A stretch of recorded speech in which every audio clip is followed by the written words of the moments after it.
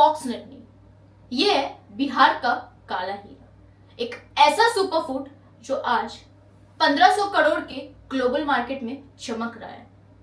पर इसके पीछे की कहानी मिट्टी, खून और आग की। जहां दुनिया हेल्दी स्नैक्स खा रही है, वहीं इसे बनाने वाले आज भी जिंदगी से जंग लड़ रहे हैं। आखिर क्या है मिथिला मखाना का ये हिडन सप्लाई चेन, और कैसे एक छोटा सा बीज बन गया इंडिया का 1.5 बिलियन डॉलर पावर हाउस। आइए इस ब्लैक डायमंड के सफर को गहराई से समझते हैं।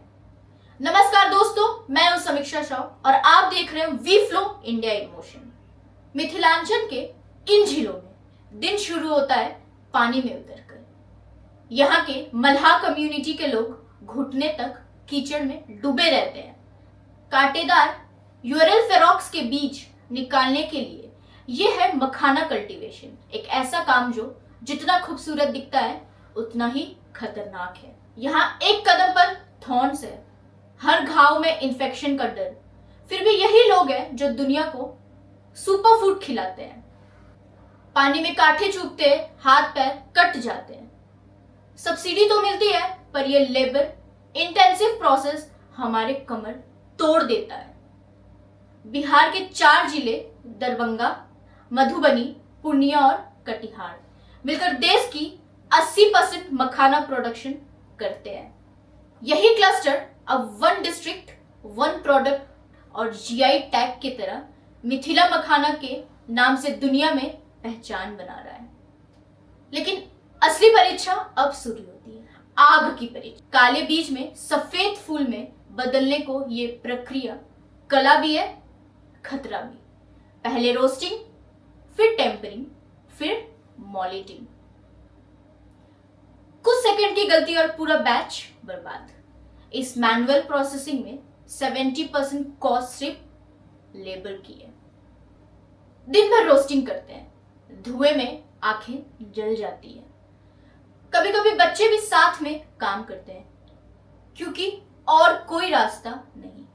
हाँ, चाइल्ड लेबर तक इस सप्लाई चेन का हिस्सा है।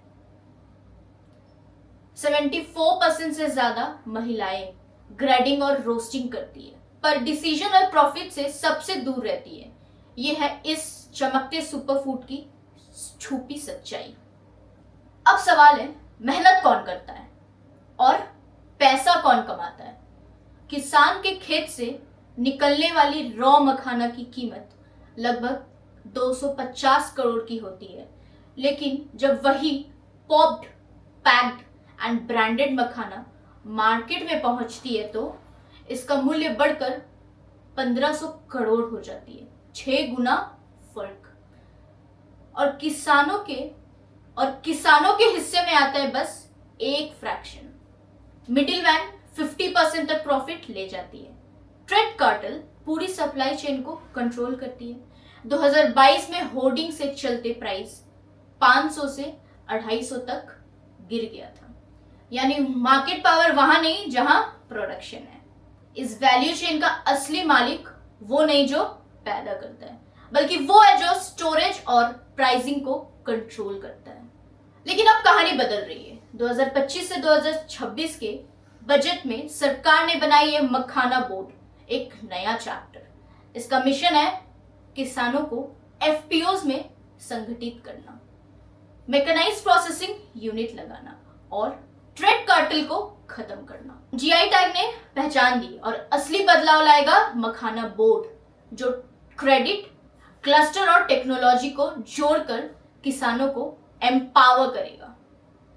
खजौली जैसे प्रोसेसिंग क्लस्टर्स अब एक नया युग शुरू कर रहे हैं, जहां मेहनत की जगह है सम्मान और वैल्यू एडिशंस अब बिहार में ही रुकता है, दिल्ली या मुंबई नहीं।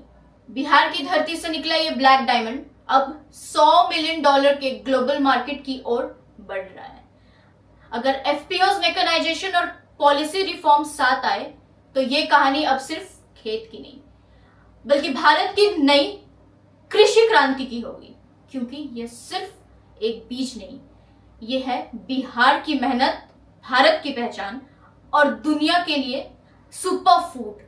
अगर आपको हमारा वीडियो पसंद आए तो हमारी चैनल को सब्सक्राइब कीजिए, लाइक कीजिए और शेयर करना ना भूलें।